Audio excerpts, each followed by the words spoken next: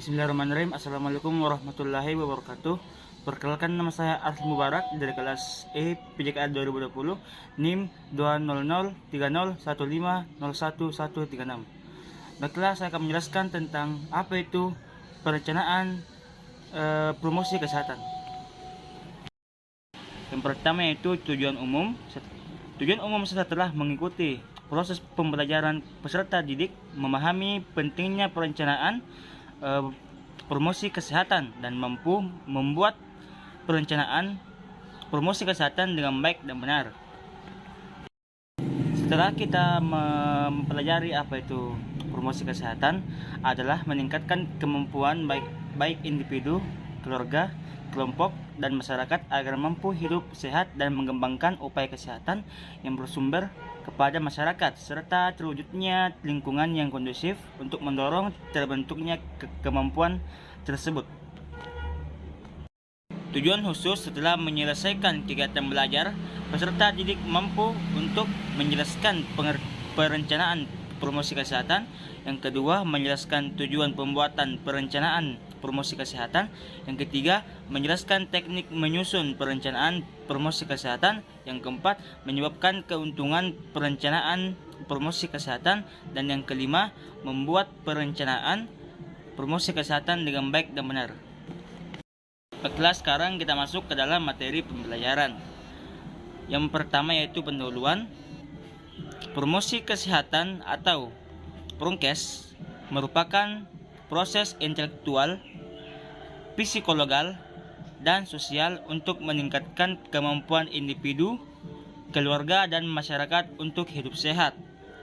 Proses ini didasarkan pada prinsip ilmiah, fasilitas, proses belajar, dan perubahan perilaku dengan sukarela. Promosi kesehatan bertujuan mengubah pengetahuan dan perilaku agar masyarakat dapat memelihara kesehatannya sendiri. Promosi kesehatan adalah proses yang memungkinkan orang-orang untuk meningkatkan kontrol atas kesehatan mereka dan penentu-penentunya, dan dengan demikian meningkatkan kesehatan mereka sendiri.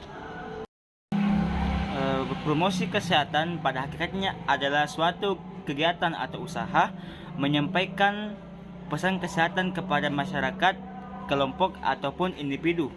Dengan kata lain, dengan adanya promosi kesehatan diharapkan dapat membawa akibat terhadap perubahan perilaku kesehatan dari sasaran. Promosi kesehatan adalah upaya pemberdayaan masyarakat agar masyarakat mau dan mampu serta mandiri dalam melindungi kesehatan diri dan lingkungannya, dengan upaya meningkatkan kesadaran akan potensi yang dimiliki serta menciptakan iklim untuk berkembang dalam memelihara dan meningkatkan kesehatan. Perencanaan Promkes merupakan bagian dari siklus administrasi yang terdiri dari 3 fase, yaitu fase perencanaan atau menyusun kegiatan yang akan dilaksanakan dengan cara-cara yang sistematis untuk mencapai tujuan tertentu. Implementasi, yaitu pelaksanaan rencana dan evaluasi atau mengukur hasil yang diperoleh melalui upaya pelaksanaan kegiatan yang direncanakan. Evaluasi juga diperlukan untuk pemantauan promosi kesehatan atau sebagai alat bantu untuk membuat perencanaan selanjutnya. Langkah-langkah perencanaan dalam promosi kesehatan adalah: yang pertama yaitu menentukan kebutuhan Promkes. 1. Diagnosis masalah. 2. Menetapkan prioritas masalah. B. Mengembangkan komponen Promkes. Yang pertama yaitu menentukan tujuan, menentukan sasaran, menentukan isi, menentukan metode, menentukan media, menentukan evaluasi, dan jadwal pelaksanaan. Masalah penting pada saat menyusun rencana promosi kesehatan adalah menentukan kebutuhan masyarakat atau mengidentifikasi permasalahan yang ada pada masyarakat. Dengan demikian diharapkan apa yang direncanakan sesuai dengan apa yang dibutuhkan oleh masyarakat, sehingga permasalahan yang ada dapat diselesaikan dan masyarakat dapat langsung merasakan manfaatnya. Dalam program promosi kesehatan juga dikenal dengan diagnosis masalah. Menurut Green pada tahun 1980, dalam Noto Mojo pada tahun 2010, diagnosis masalah dapat digunakan untuk membuat perencanaan dan evaluasi promosi kesehatan yang meliputi predicate, yaitu predisposing, reinforcing, and enabling cases in educational diagnosis and evaluation. Pendekatan ini digunakan pada fase diagnosis masalah, penetapan prioritas, dan tujuan program. Pada tahun 1991, kerangka tersebut dikembangkan menjadi preset and process, yaitu policy, regulatory, organizational, construct in educational and environmental development, untuk menetapkan sasaran, kriteria, kebijakan, implementasi, dan evaluasi. Pada umumnya, saat dilakukan identifikasi masalah, biasanya ditemukan lebih dari satu masalah, bahkan mungkin banyak masalah kesehatan yang teridentifikasi. Oleh karena itu, perlu disusun prioritas masalah berdasarkan tingkat kepentingan masalah tersebut bagi masyarakat. Beberapa hal yang harus diperhatikan dalam menetapkan prioritas masalah, misalnya menentukan status kesehatan masyarakat, menentukan pola pelayanan kesehatan masyarakat yang ada, menentukan hubungan antara status kesehatan dan pelayanan kesehatan di masyarakat, menentukan determinan masalah kesehatan masyarakat dalam kurung tingkat pendidikan, umur, jenis kelamin, ras, letak geografis, kebiasaan atau perilaku, dan kepercayaan yang dianut. Di samping itu, juga harus dipertimbangkan beratnya masalah dan akibat yang ditimbulkan, pertimbangan penuh politis, sumber daya yang ada pada masyarakat. Pada tahun 1991, kerangka tersebut dikembangkan menjadi preset and process, yaitu policy, regulatory, organizational, construct in educational and environmental development, untuk menetapkan sasaran, kriteria, kebijakan, implementasi, dan evaluasi. Langkah-langkah preset. Phase yang pertama yaitu diagnosis sosial atau social need assessment.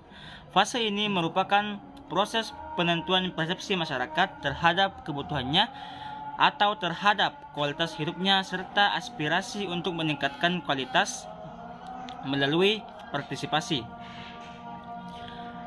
Penilaian dapat dilakukan atas dasar data sensus, viral statistik yang ada, atau pengumpulan data secara langsung dari masyarakat. Jika data dikumpulkan langsung dari masyarakat, dapat dilakukan melalui wawancara dengan informasi kunci, forum yang ada pada masyarakat, diskusi kelompok terarah atau DKT, dan survei. Fase yang kedua yaitu diagnosis epidemiologi, adalah identifikasi faktor yang berpengaruh terhadap kualitas hidup seorang atau masyarakat. Identifikasi kelompok yang rawan terkena masalah kesehatan dengan mempertimbangkan umur, jenis kelamin, lokasi atau tempat tinggal, dan sebagainya.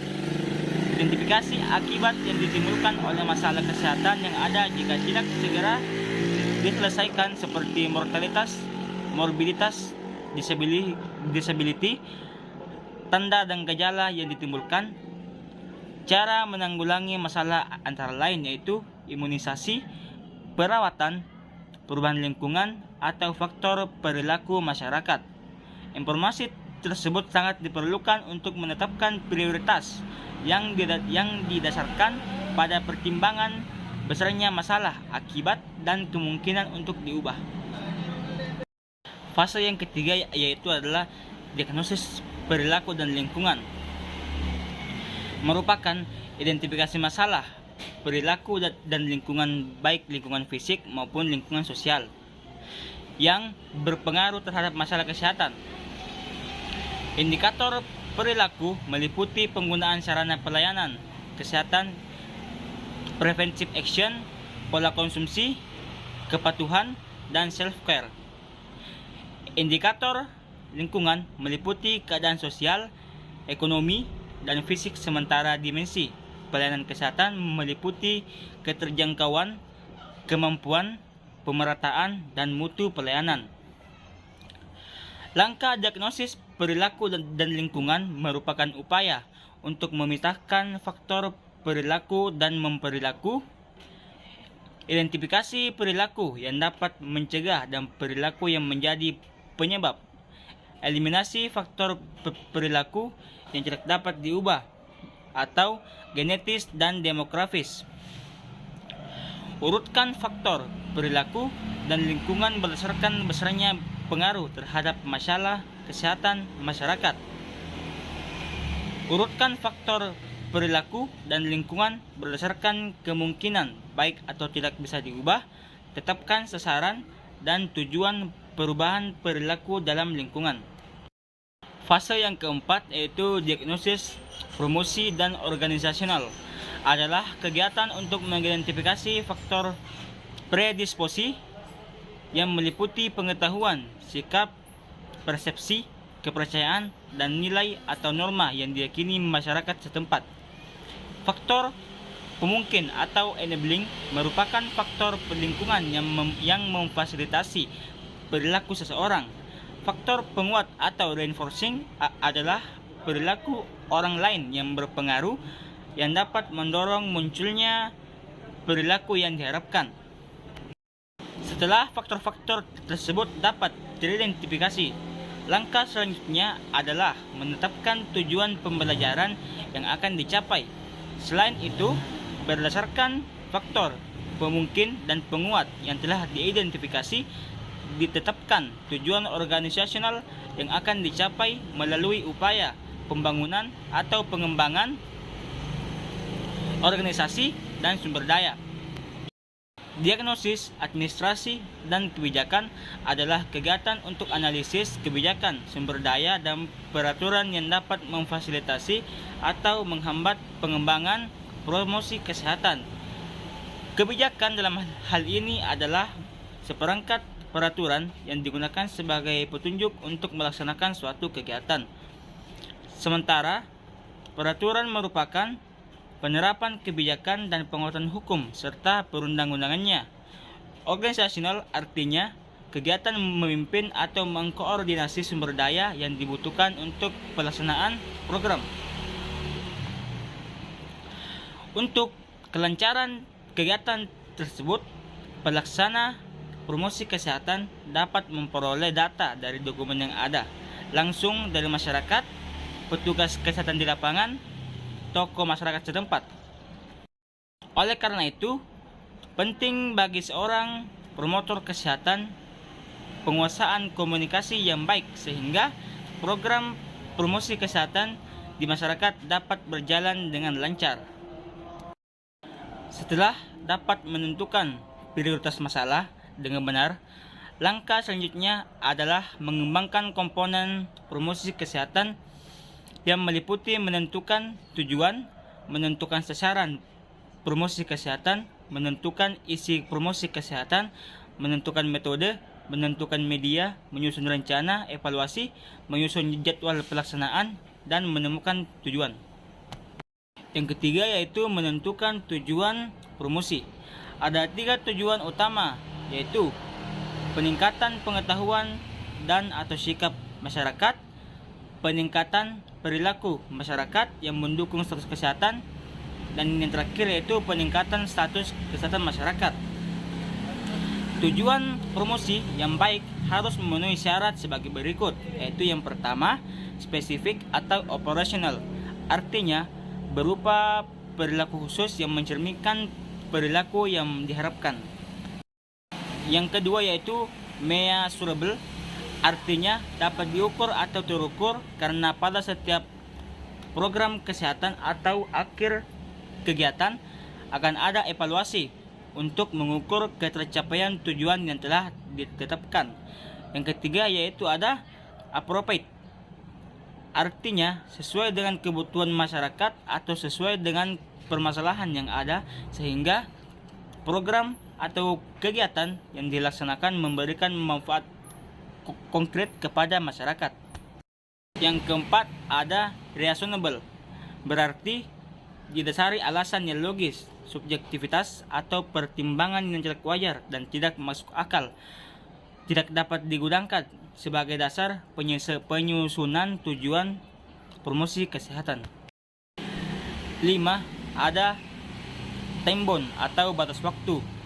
Suatu program dikatakan berhasil apabila dapat mencapai tujuan dalam batas waktu yang tertentu. Oleh karena itu, seorang pendidik kesehatan harus dapat memberitahu batas waktu yang jelas dengan mempertimbangkan sumber daya yang ada. Yang keenam yaitu dinyatakan dalam bentuk performance bukan effort. Yang keempat yaitu mengenal satuan acara, pembelajaran atau penyuluhan atau SAP, dan rencana program pengajaran atau RPP. Di atas telah banyak dibahas mengenai hal-hal yang perlu dipersiapkan sebelum melaksanakan kegiatan. Persiapan tersebut adalah untuk terselenggaranya program Promkes yang jangka waktunya bisa 1 tahun, 1 minggu atau lebih. Salah satu bentuk implementasi program promosi kesehatan adalah kegiatan pendidikan kesehatan. Yang penting bagi seorang pendidik kesehatan untuk menyiapkan sebuah satuan acara, pembelajaran atau SAP atau rencana proses pembelajaran atau RPP. Satuan acara pembelajaran atau penyuluhan dan rencana program pengajaran memiliki persamaan dan perbedaan. Persamaannya adalah keduanya merupakan persiapan untuk kegiatan belajar mengajar, memuat secara spesifik mengenai pokok materi, metode, media, alat tambahan, serta evaluasi bagi kegiatan pengajaran. Sementara perbedaannya terletak pada penggunaan istilah, terutama mengemukakan tujuan yang hendak dicapai. Pada SAP masih menggunakan istilah instruksional umum yang sering dikenal dengan sebutan TIU atau TIU, dan tujuan instruksional khusus yang juga dikenal dengan istilah TIK. Sementara pada RPP mengenai tujuan pembelajaran digunakan istilah-istilah seperti standar kompetensi, kompetensi dasar, dan indikator pencapaian. Lebih jelas mengenai SAP dan RPP akan langsung dibuat bersama-sama sebelumnya. Silahkan mempelajari. Perencanaan Promkes merupakan bagian dari siklus administrasi yang terdiri dari 3 fase, yaitu fase perencanaan atau menyusun kegiatan yang akan dilaksanakan dengan cara-cara yang sistematis untuk mencapai tujuan tertentu. Implementasi yaitu pelaksanaan rencana dan evaluasi atau mengukur hasil yang diperoleh melalui upaya pelaksanaan kegiatan yang direncanakan. Evaluasi juga diperlukan untuk pemantauan promosi kesehatan atau sebagai alat bantu untuk membuat perencanaan selanjutnya. Ada 3 tujuan utama promosi kesehatan, yaitu peningkatan pengetahuan dan atau sikap masyarakat, peningkatan perilaku masyarakat yang mendukung status kesehatan, peningkatan status kesehatan masyarakat. Tujuan promosi yang baik harus memenuhi syarat sebagai berikut: spesifik atau operasional, measurable, appropriate, reasonable, time bound, dan dinyatakan dalam bentuk performance bukan effort.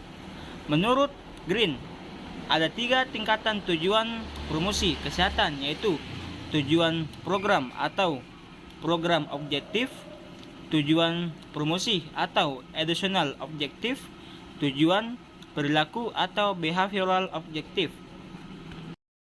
Selanjutnya, menentukan tujuan promosi kesehatan, menentukan sasaran promosi, kelompok isi promosi kesehatan, metode dan media yang disesuaikan dengan tujuan yang hendak dicapai. Misalnya, untuk aspek pengetahuan dengan penyuluhan, untuk aspek sikap dengan contoh konkret yang dapat menggugah emosi seperti foto, slide, film, dan sebagainya. Untuk aspek keterampilan dengan pelatihan dan sebagainya.